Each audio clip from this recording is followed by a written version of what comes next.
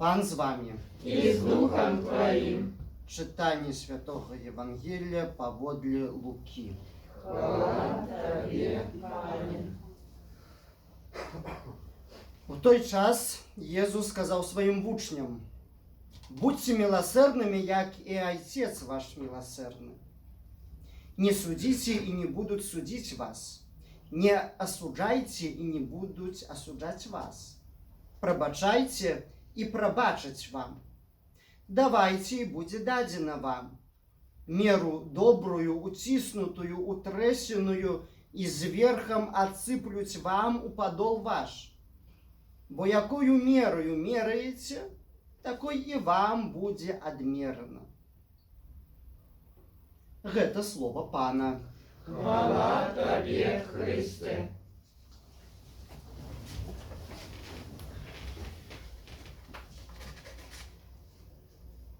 Человеку вельмі важно, живучи в этом свете, знайсці свое место, адпаведнае место, знайсці свое предназначение, выканаць тое, что наканавана яму выканаць лёсам.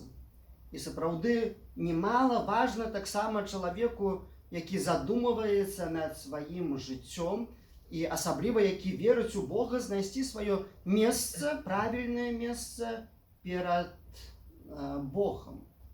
Учора мы гаварылі аб тым, што сапраўды і Бог гэтага хоча, каб чалавек у зносінах з Богом выбраў такую правільную пазіцыю.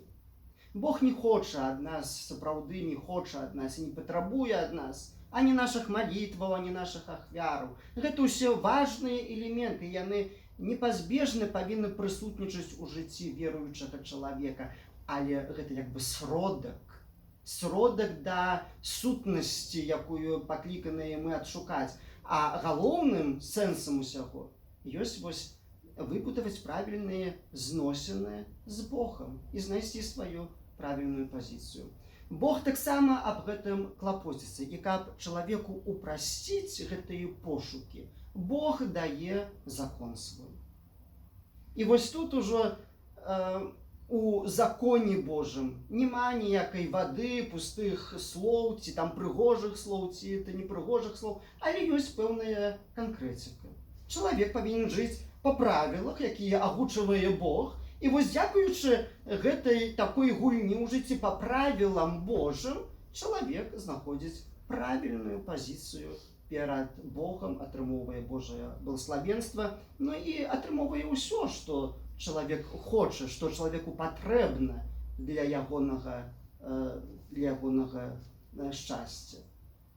Але вось трагедыя ў жыцці чалавека надыходзіць тады, калі чалавек забываецца пра закон Божы і калі чалавек робіць беззаконне. Сёння у першым чытанні мы слухалі ўрывак з кнігі прарока Даніэля. Пророк Даніэль жыў у 5 стагоддзі перад нараджэннем Хрыста. Ягонае жыццё, можна казаць, ягоная ўся місія прайшла ў не самых лепшых умовах, пра якія можа марыць чалавек.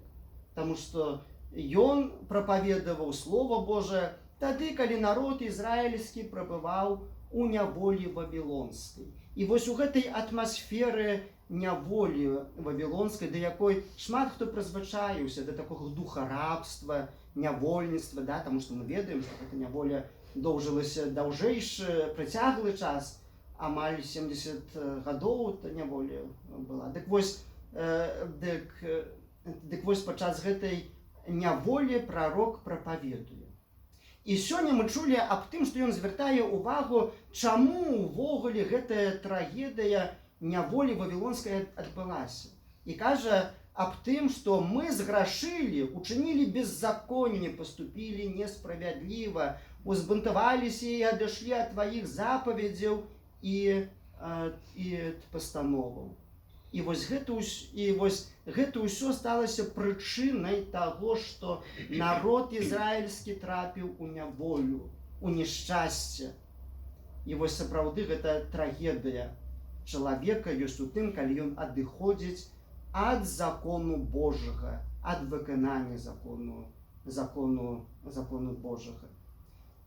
Але калі так задумацца над гісторыяй Ізраіля, над гісторыяй жыцця кожнага з нас, то мы можам усё ж такі сказаць, што да, грэх, беззаконне – гэта сапраўды вялікая трагедыя чалавека.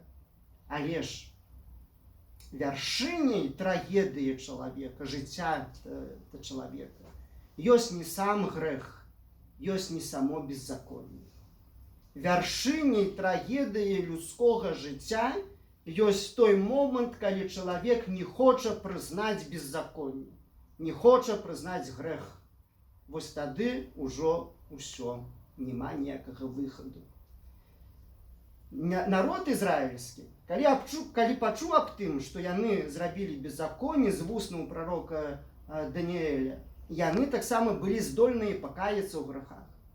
І пасля няволі прыйшоў час лепшы, прыйшоў час вызвалення, але перадумовай вызвалення з няволі вавілонскай было акурат тое, што народ павінен быў прызнаць свае грахі, прызнаць памылкі, прызнаць беззаконне і ад гэтага адвярнуцца. Каб не было прызнання, не было б таксама вызвалення.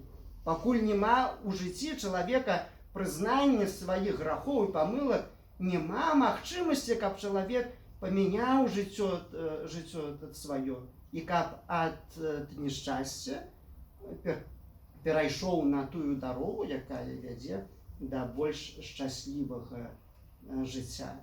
Прызнанне памылак – гэта фундаментальная справа. Калі мы перажываем час посту і шукаем сваю таксама правільную пазіцыю перад Богам, мы можам задумацца і над сваім жыццём таксама і падумаць аб тым, якія памылкі ў жыцці кожны з нас мае і які мае грэх. Кожны з нас мае грэх. Калі хтосьці скажа, што не мае граху, то апостол Ян пра такіх кажа, што ўжо няма ў гэтым чалавеку праўды і няма ніякага апраўдання.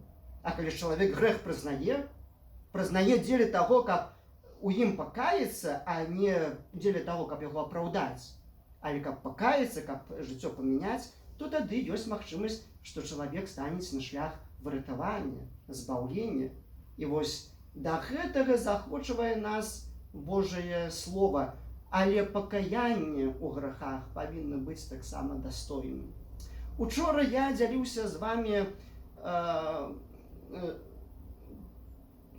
жыццём касцёла першых стагоддзяў, прыгадваючы біскупа святога Кіпрыяна з Карфагена.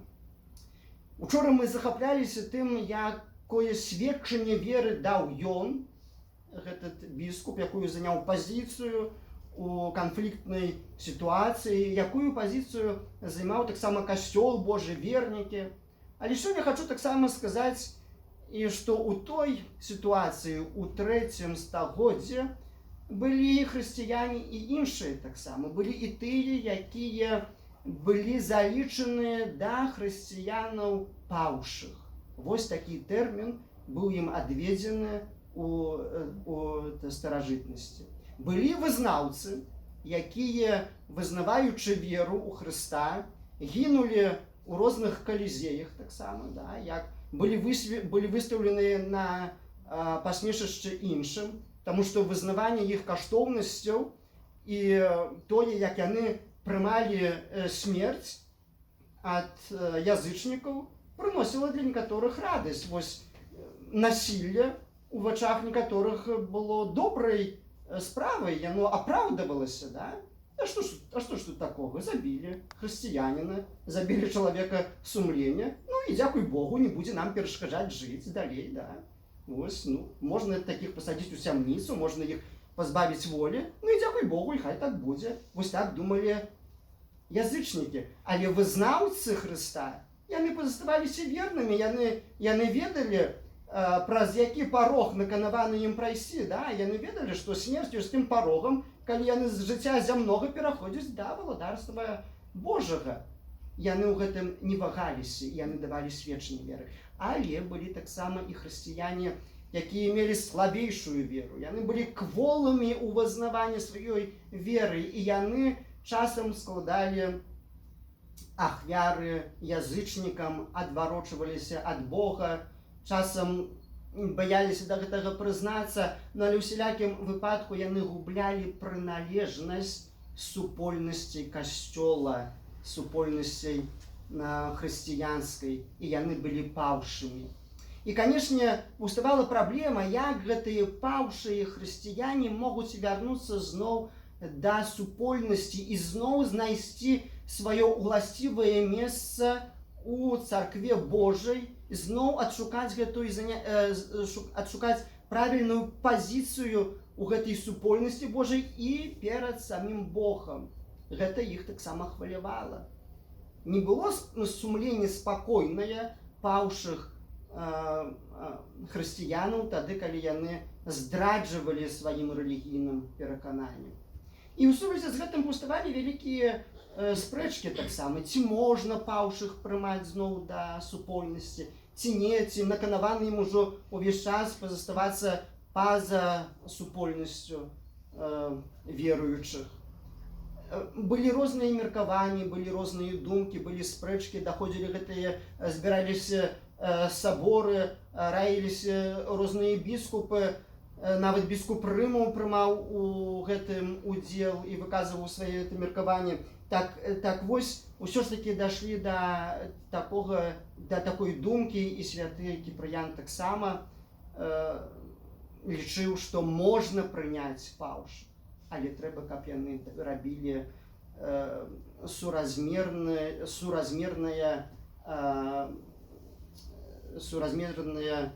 пакаянне з тым, як яны зграшылі, як яны здрадзілі. Былі ж таксама і такія, бачыце, былі паўшыя, которые мало таго, што адышлі ад Бога, што здрадзілі, яны яшчэ таксама патрабавалі, каб хрысціяне, которые пазаставаліся вернымі, каб яны без усялякіх умоў прабачылі ім, што вось яны таксама маюць права. Была такая традыцыя, што той, хто паўшы, то мог папрасіць у вызнаўцаў, той, хто вызнаваў веру, ліст міра, вось вызнаўца, той, хто альбо быў пазбаўлены свабоды, сядзеў у цямніцы, альбо хто таксама даваў пакутніцкае сведчанне праз смерць, ён пісаў такое пісьмо, такі ліст, што вось каб гэтага хрысціяніна паўшага прынялі зноў у супольнасць. Было такое, але часам вось таксама гэтыя лісты паўшыя атрымоўвалі нейкім такім падманным шляхом. Яны не хацелі каяцца до конца, вось, і дашло до таго, што некаторыя нават патрабавалі, што каб вось прымалі іх без адпаведнага пакаяння. Канешне, святы біскуп Кіпрыян не мог на гэтае пайсці. І ён таксама, між іншым казаў, мы памятаем гэтыя словы, што Бог не можа прыняць ахвяру тых, хто ад віноўнікаў разладу. Гэта значыць, ад тых, хто заграшыў, хто адступіўся ад праўды Божай.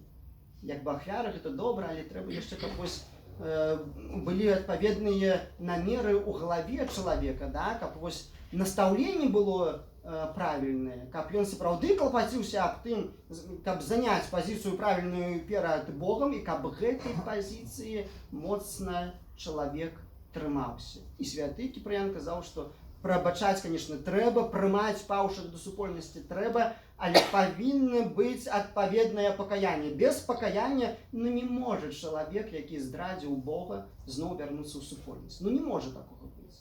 Павінна быць пакаянне. І вось, разважаючы пра вопыт касцёла першых стагоддзяў, 3-го стагоддзя акурат, можам таксама задаць пытанне, як выглядае справа ў сучасных хрысціянаў з пакаяннем. А акурат мне ў галаву прыходзіць такая думка, бо вядома, што сёння мы жывем у такім грамадстве, якім жывем, але гэта ўсё адбываецца дзякуючы таму, што папярэднічаў нам час 20-го стагоддзя, час бязбожны Савецкага Саюза, той час, калі быў час пераследу, час камуністычнай бязбожнай ідэалогіі прапаганды.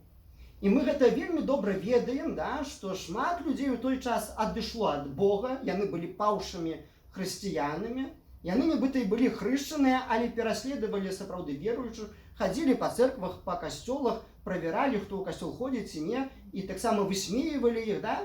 А потым у адзін момант прыйшоў час пераменаў, і заўважце, да, заўважце, што той, хто пераследаваў, гэта вось усе, усе, хто кіраваў камуністычнымі партыямі, камсамолам, гэтымі ячэйкамі, да, яны раптоўна нейкім чынам апынуліся ў адзін момант усе ў касцёлах, у церквах, яны сталі ці нават прапаведнікамі, ці ўзначалілі там жывыя дружанцы, ці яшчэ нейкія супольнасці, да, яны зноў тут першыя.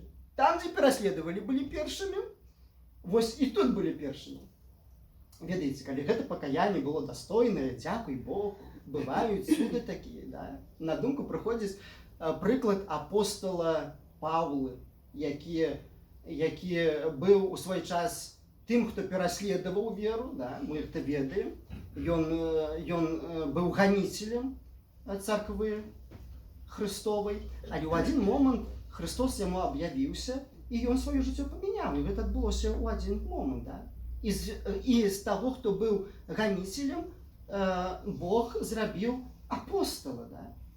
Але чым адрозніваецца вось гэты прыклад апостала Паўла ад такіх прыстасаванцаў, што яны як бы і былі камуністамі, камсамольцамі, не пакаяліся ў сваіх грахах, а потым раптоўна сталі вызнаўцамі у двухкосці, таму што гэта не вызнаўцы, ну такога не бывае, да? Адрозніванне ёсць адно. Апостол Павел зрабіў дастойнае пакаянне. Ён свой грэх прызнаў, а калі прызнаў, то ён гэты грэх заўсёды вызнаваў перад тымі, каму ён прапаведаваў. Ён свайго грэха не цураўся. Ягоны грэх быў заўсёды з ім. І калі ён пісаў пасланне, першае пасланне да карынцянаў, то ён таксама пісаў, што да, яму Христос аб'явіўся, але як таму, каму з апошніх, як таму, як выкідышу пэўнаму, да? Ён разумеў, што ягонае жыццё ранейшае было негоднае, недастойнае, нікчэмнае, таму што не было сапраўднага Бога ў жыцці, не было сапраўднай веры ў Хрыста. І параўноўвае сябе як з тым выкідыш, як вось з тым выкідышам, як з тым, хто неданошаны рабёнак, да, дзіця такое. Вот якім ён сябе бачыў, і ён гэтага не баяўся это вызнаць. І пытанне, ці той, хто вось быў некалі ярым ганіцелем касцёла Божага, царквы Божай, а сёння знаходзіцца ў стенах касцёла царквы, ці ён таксама да таго мінуўшага жыцця падыходзіць з такой агідай, і ці ён гэты грэх вызнае. Вось гэта пытанне адкрытае. Дзякуй Богу, што мне не трэба судзіць чалавека, і гэта, ведаеце, не мне прыналежыць, а суджваць чалавека, ці ён дастойна пакаяўся ці не. Але тым не менш пытанне мае права прагучаць. Чаму? Таму што часам даходзіць у жыцці нашым да такіх камічна-трагічных момантаў у сувязі з тым, што не было пакаяння. Я так узгадываю, калі вось думаў аб тым, што скажу вам сёння, я узгадываў, між іншым, той час, калі я яшчэ быў д'яканам. Так вось, аднойчы, будучы д'яканам, будучы на парафіі, у аднаго святара, быў гэта старэйшы святар, падаецца, павінен быў быць святаром мудрым. Вось, ну але, любіў ён таксама гэты святар вельмі кветкі. Дзякуй Богу, што любіў кветкі. Вось, ну і дашло до такой сітуацыі, што аднойчы мы працавалі разам і садзілі гэтыя кветкі, і палоў я працы не баяўся, для мяне гэта не было страшна. Я не бунтаваў, што трэба працаваць. Трэба збіраць камяні, я збіраў камяні, трэба паліваць, паліваў, трэба палоць, я палоў. Для мяне гэта не праблема была, да? Працаваць так працаваць, это на хвалу Божую, дзякуй Богу. Але ў адзін момант, калі ён прывёз мяне да мясцовага там дому пэўнага кіраўніцтва, дзе сядзела адміністрацыя, да, дзяржаўная, да. І там вось таксама стаяў помнік Леніна, і ён кажа, будзем вось садзіць кветкі тут, рабіць прыгожа. Я як убачу помнік Леніна, думаю, не, ну штосьці тут не так. Кветкі гэта хорошо, кветкі прыгожа. Але пры чым тут гэты ідал, перад якім ксёндз каталіцкі хоча садзіць кветкі, перад гэтым ідалам ксёндз каталіцкі, уяўляеце? І яшчэ д'якону, да? Д'якону, который не ведаў, што такое можа нават грэх, да? Бо быў такі час, калі больш святы і пабожны з цягам часу, так яно самі ведаеце, да? Грахоў яно ёсць. Вось. І ён мне прапаноўвае садзіць кветкі. Я, конечно, тады ўжо узбунтаваўся і сказаў, што не, даруй, тут я не паслухаю цябе. Гэта супярэчыць маім рэлігійным перакананням. Вось давай знясём гэтага балвана ідала, і потым я буду тут садзіць кветкі і дзень і ноч. Не пашоў ён на такую прапанову. Не садзіў я кветкі, садзіў ён сам гэтыя кветкі перад гэтым ідалам. Ведаеце, што гэта такое? Гэта сітуацыя сапраўды трагічная, камічная. Да, але гэта сітуацыя паказвае, што ў нашым грамадстве не было дастойнага пакаяння за тое, што некалі нашае грамадства было паўшым. Мы не можам атрымаць гэты ліст міра, з которым дастойна маглі б вярнуцца да царквы Божай. Не можам. Нам трэба пакаяцца. І пакаяцца як грамадству ўсяму нашаму, да, пакаяцца кожнаму з нас. Як гэта пакаянне павінна выглядаць? Быў ты камсамольцам, быў ты камуністам, няхай Бог табе прабачыць, але ты вызнай гэты грэх. Вызнай у супольнасці парафіяльны гэты грэх публічна. Скажы, да, я быў такі, я грашыў, але я ад таго жыцця адвярнуўся, і маё жыццё сёння іншае, і я сёння змагаюся з гэтым злом. Вызнай гэты грэх у сябе, у сям'і таксама. Прызнайся перад сваімі ўнукамі і дзяцьмі, што да, я быў камсамольцам, я узначаліваў гэту арганізацыю, гэта маімі рукамі сатана рабіў зло, маімі рукамі. А пакуль гэтага не будзе, няма мовы гаварыць пра нейкае ратаванне і благаславенства ад Бога. Бачыце, вяртаючыся да прарока Даніэля і ягоных слоў, можна узгадаць, што народ ізраільскі быў вызвалены з няволі толькі тады, калі ён пакаяўся і таксама прыгадаў, што мы зграшылі, учынілі беззаконне, паступілі несправядліва, узбунтаваліся і адышлі ад запаведзяў тваіх і тваіх пастановаў. І толькі пасля таго, як Ізраіль гэта ўсвядоміў, яны былі здольныя пакаяцца, адвярнуцца і вярнуцца ў сваю зямлю, атрымаць шчасце, атрымаць Божае благаславенства, і Бог быў разам з імі. А колькі б яны не маліліся ў гэтым Вавілоне, колькі б яны не разважалі Слова Божае, не маліліся, не рабілі ахвяраў, не пасцілі, гэта ўсё не дапамагло б, пакуль не было б вось канкрэтнай пастановы пакаяцца ў грэхах. А як пастанова адбыла, і вызваленне адбылося. Вось гэты рэцэпт ратавання ад грахоў вельмі просты. Сёння слухалі урывак з Евангелія паводле святога Лукі, які апавядае пра міласэрнасць Божую, і гучаць гэтыя словы, калі Христос кажа: прабачайце і прабачаць вам. І ведаеце, тут вельмі важна таксама, да, гэтыя словы разумець і ў кантэксце зносінаў з іншым таксама чалавекам, трэба быць міласэрным да іншага. Але гэтыя словы трэба таксама ўспрыняць і ў адносінах да самога сябе. Мы павінны ўмець прабачыць сабе ў сваіх грахах. Што гэта азначае? Гэта значыць прызнаць памылку. А пакуль мы не прызнаём памылку, мы любім апраўдвацца, да? Быў час такі.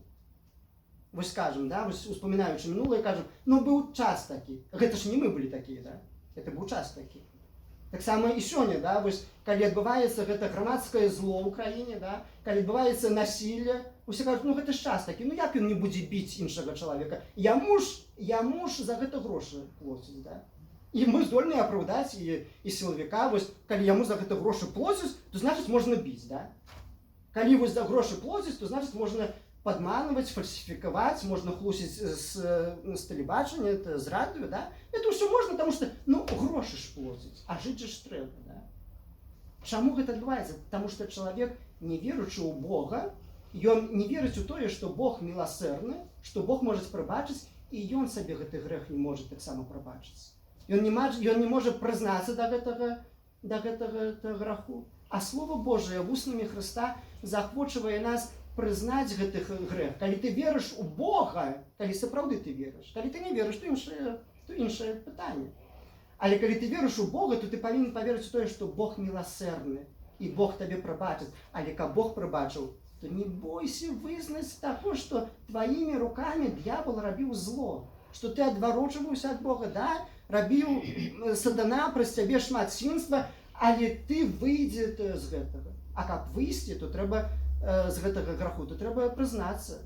Трэба стаць публічна перад супольнасцю, перад сваёй сям'ёй, перад роднымі, сябрамі, перад хрысціянамі і сказаць: да, гэта праз мае рукі сатана і іншыя рабілі зло, але сёння я ад гэтага адварачваюся. Я хачу атрымаць Божае прабачэнне. Я хачу знайсці сваё правільнае месца перад Богом. Я хочу знайсці сваё уласцівае месца ў свеце гэтым. Я не хочу быць паўшым хрысціянінам, але я хочу быць вызнаўцам Христовым. Вось гэта важна, каб Бог даў нам такой мудрасці і каб мы знайшлі сваё месца перад Богом. Але без пакаяння і прызнання граху гэта немагчыма. Няхай Бог павялічвае нашу веру. Амин.